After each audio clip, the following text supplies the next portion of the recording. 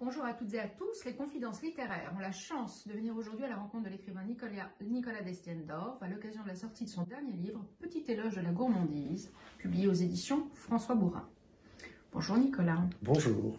Je me propose pendant cette petite heure que nous allons passer ensemble d'aborder avec vous votre actualité, votre dernier livre, Petit éloge de la gourmandise, les œuvres littéraires et les auteurs qui ont marqué et jalonné votre parcours de lecteur, d'écrivain, d'homme, vos coups de cœur littéraires, cinématographiques plus récents et la musique qui vous accompagne et vous emporte en ce moment en particulier. Quelques questions ayant trait à votre rapport à la littérature et à l'écriture. Et enfin, là, dans la dernière partie de notre entretien, je vous demanderai si vous avez un objet auquel vous êtes attaché. Et si vous en êtes d'accord, je vous demanderai de nous lire quelques pages de votre livre. Nicolas, vous êtes romancier, journaliste et critique musical. Vous avez collaboré au Figaro littéraire, Madame Figaro, Figaro Magazine, Spectacle du Monde, la revue Classica. Vous êtes un auteur prolixe d'une vingtaine de romans, nouvelles et essais et plus, dont je citerai quelques titres. Othon ou l'horreur immobile, qui a été couronné par le prix Roger Nimi en 2002, Les orphelins du mal, Les derniers jours de Paris en 2009, Le petit Néo de la conversation en 2009, L'enfant du premier matin en 2011, Les fidélités successives en 2012, La dévoration en 2014, Le dictionnaire amoureux de Paris paru en 2015, La gloire des maudits en 2017. En 2018, vous publiez Le silence et la fureur ayant embrassé le genre du thriller. Vous nous revenez aujourd'hui avec Petit éloge de la gourmandise, publié aux éditions François Bourin. Vous y convoquez avec une très belle et douce nostalgie et d'une plume acérée des souvenirs d'enfance et vos rages du moment.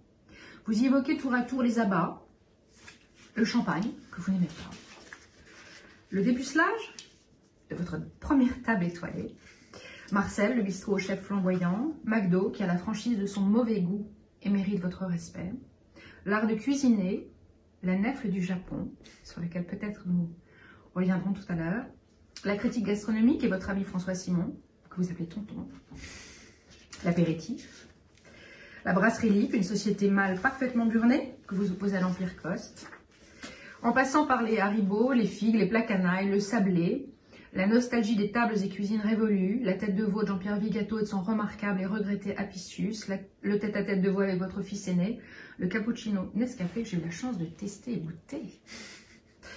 Cher Nicolas, votre livre, véritable arborescence mémorielle et gourmande, est un régal de drôlerie, d'érudition, de nostalgie, d'humour et en creux dresse le portrait d'un homme passionné, passionnant, gourmand, timide et sacrément vivant. Cher Nicolas, pouvez-vous nous parler de ce livre? Quelle en est la genèse? C'est à vous. C'est à moi. Alors la genèse, en fait, c'est très simplement, j'ai été contacté par la maison d'édition François Bourin.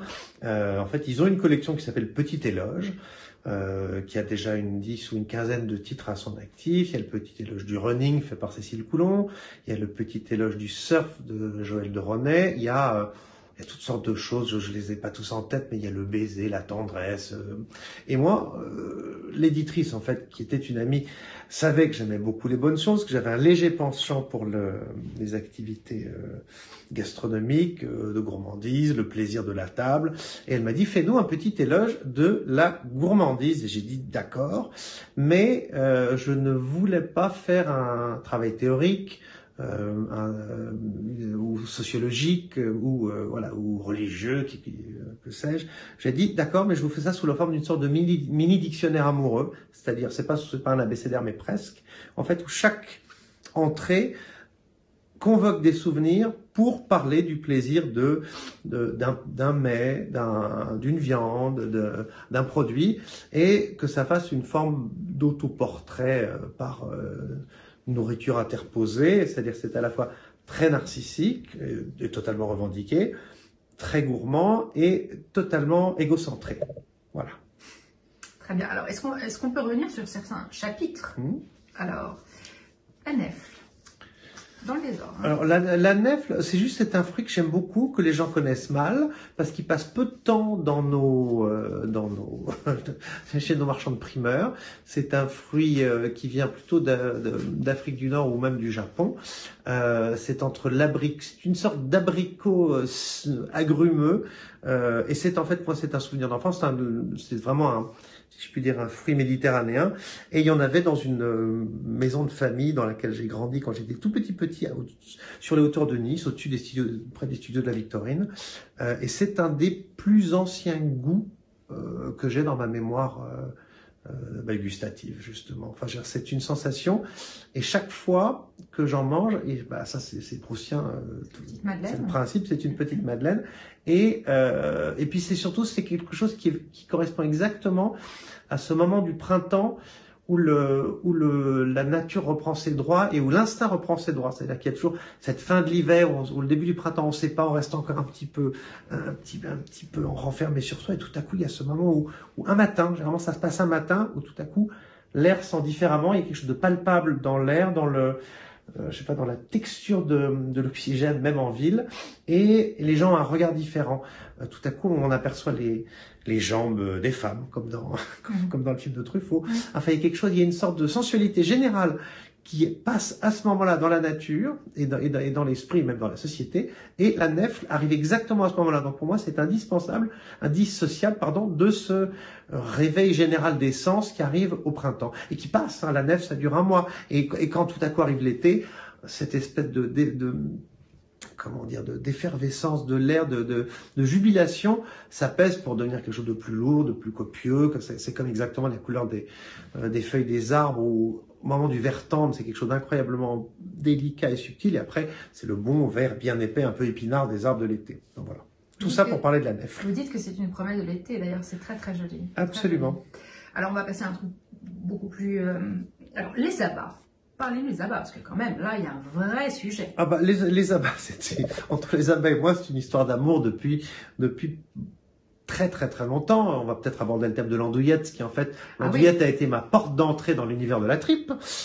Et j'ai toujours aimé ça. Pas du tout pour des raisons idéologiques. Il y a une forme de provocation parce que c'est toujours quelque chose qui dérange un peu les gens, et j'ai un vieux fond provocateur. Et puis ce sont des saveurs plus originales, plus inattendues. C'est un immense univers que les gens connaissent souvent mal parce que ça fait peur aux gens. C'est-à-dire qu'il faut je crois, c'est ce que je dis dans le texte, qu'il faut qu'on puisse identifier et presque incarner une pièce de viande. Là, avec les abats, l'idée que ce soit du foie, du rein, des intestins, ça est quelque chose qui dérange, et les gens n'arrivent pas à faire abstraction de ce qu'était un plat avant de devenir un plat. C'est-à-dire une fois quand la bête était sur pied, ça paraît intolérable de pouvoir se dire que ça finit dans l'assiette. Mais les abats, c'est une passion toujours, c'est une passion familiale. Je fais même partie d'une confrérie qui s'appelle l'Académie des abats. Nous nous réunissons environ une fois tous les 2 mois. Bon, en ce moment, on se réunit pas du tout, hélas, dans des restaurants, et on demande à un chef de nous cuisiner des abats d'une façon créative et originale, et ça peut atteindre des sommets de raffinement. C'est juste que on a une culture gastronomique en France qui fait qu'on accepte de manger à peu près tout. Un peu comme la cuisine chinoise, c'est-à-dire il y a peu de tabous alimentaires.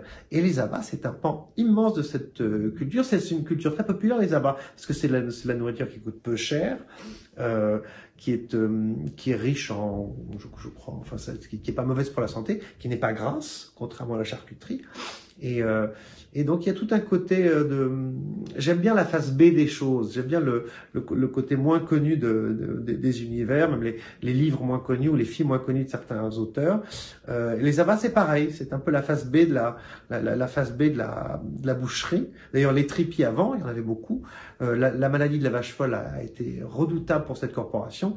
Maintenant, il y en a plus que sur les marchés. Si vous cherchez une triperie dans Paris, elle sera toujours associée à une boucherie charcutier tripier.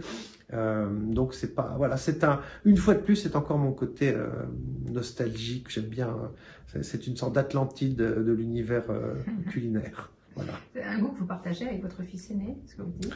Le malheureux, il est un peu, il est à très bonne école. Mais pas que. Oui, non, bien sûr. J'ai des enfants à qui je fais manger à peu près tout depuis qu'ils sont nés. C'est-à-dire que surtout, je leur fais goûter quand je mange des choses étranges, et comme j'ai moi-même des goûts un peu particuliers, je leur dis mais goûtez, et puis donc ils goûtent pas. il y a une forme de piété filiale, hein. Mais mon fils aîné, Valentin, et maintenant, lorsqu'on lui demande quel est son plat favori, il dit la tête de veau et il ne ment pas, parce que quand on va dans des restaurants qui voient la carte, d'abord il pousse des hennissements de bonheur en disant papa, il y a la tête de veau, et puis il commande ça, la tronche des serveurs, des garçons de restaurant, des maîtres d'hôtel, quand le petit garçon avec ses lunettes il a une tête de petit Harry Potter, demande j'ai une tête de veau monsieur s'il vous plaît, et la tête des voisins dont les enfants prennent uniquement le menu enfant avec les nuggets ou le steak frites, ils voient arriver cet amas gélatineux avec de la ravigote ou de la gribiche, et le petit garçon qui se jette dessus, qui n'en laisse pas 1 millimètre, et qui prend plaisir à mâcher du groin ou à voir l'oreille qui craque sous sa dent. C'est quand même merveilleux. Effectivement, vous parlez de cœur de poulain, Absolument. de moins de porc, j'adore ça. Alors donc, on va évidemment aller vers l'andouillette, du coup, obligatoirement. Parlez-nous du chapitre sur l'andouillette. Ah bah, l'andouillette, je vous dis, c'est un de mes dépucelages alimentaires. La découverte de l'andouillette, ça m'a fait passer dans un autre monde. Non, c'est tout simplement l'un de mes plats favoris. Je m'en suis fait encore il y a 3 jours. Alors j'ai un peu une théorie, vous allez la démentir. J'ai dit c'est quand même un plat assez masculin parce qu'ils disent que c'est un plat assez clivant. Quand vous allez pour la première fois avec une femme au restaurant, si elle commande une andouillette, pour moi comme je dis, c'est une promesse de joie et de bonheur parce que ça prouve qu'elle n'est pas effrayée par ce genre d'univers. Je sais pas, pour moi l'andouillette c'est à la fois une gourmandise, c'est presque un bonbon, c'est quelque chose de très convivial, bon que je déteste d'ailleurs, mais c'est une sorte de symbole d'amitié, c'est un truc qu'on mange entre soi parce que c'est que les gens qui se réunissent ensemble pour manger de l'andouillette, c'est un côté club en fait. Oui, c'est presque des affinités électives. Des affinités électives, absolument. J'ai beaucoup de chance, j'aime l'andouillette. Je tiens voilà, bon, donc je fais partie des élus, donc la prochaine fois on va en déguster une ensemble. Vous parlez du dépucelage, il y a un chapitre donc de votre première table étoilée. Ouais. Et donc aussi vous parlez de votre amitié, donc développez un tout petit peu ça. Ah bah c'est une histoire vraie. Que j'ai toujours plus à raconter parce que c'était rigolo. J'étais en pension pendant des années et j'avais un camarade avec qui nous avions fait un pari. C'est-à-dire qu'on était en classe de seconde, et on avait monté une troupe de théâtre et on s'était porté candidat pour faire partie d'un festival de théâtre lycéen. Et je lui avais dit un peu par bravade, j'ai dit écoute, si on est sélectionné, je t'emmène dans un 3 étoiles. Et ben on a été sélectionné. Et là je me suis dit, mon Dieu, on avait 16 ans, on en faisait 12, on avait des voix de crécelle comme ça. Et j'ai regardé, j'ai trouvé dans le Figaroscope à l'époque un dossier sur les menus du déjeuner des grands étoilés parisiens. Et j'ai vu que Lucas Carton, à l'époque, c'est la grande époque Sandrin, on était en 1991-92, faisait un menu à l'heure du déjeuner à 375 francs à l'époque. Et j'avais été regardé sur mon compte de la caisse d'épargne de Senlis, j'avais exactement de quoi payer le déjeuner pour 2. Et donc on a réservé, on y est allé. Comme j'étais pensionnaire, il a fallu faire ça pendant les périodes de vacances scolaires. Donc c'était un mardi, je crois, du mois d'avril, je sais plus, c'est 91 ou 92, et on s'est retrouvés tous les deux petits garçons qui tout à coup rentrent dans cette salle de restaurant. Ils nous avaient mis une table tout au fond. Mon ami avait d'ailleurs réservé en imitant le ton de ma mère, en disant oui, mon fils veut fêter son anniversaire avec un ami. Enfin bon, on avait monté tout un truc, et on est rentré dans cet endroit. J'étais jamais allé dans ce genre d'établissement, mais c'était resté un fantasme. Et on était comme au spectacle, c'est-à-dire que ce que je dis dans le livre, je me souviens plus exactement de la qualité de ce qu'on a mangé.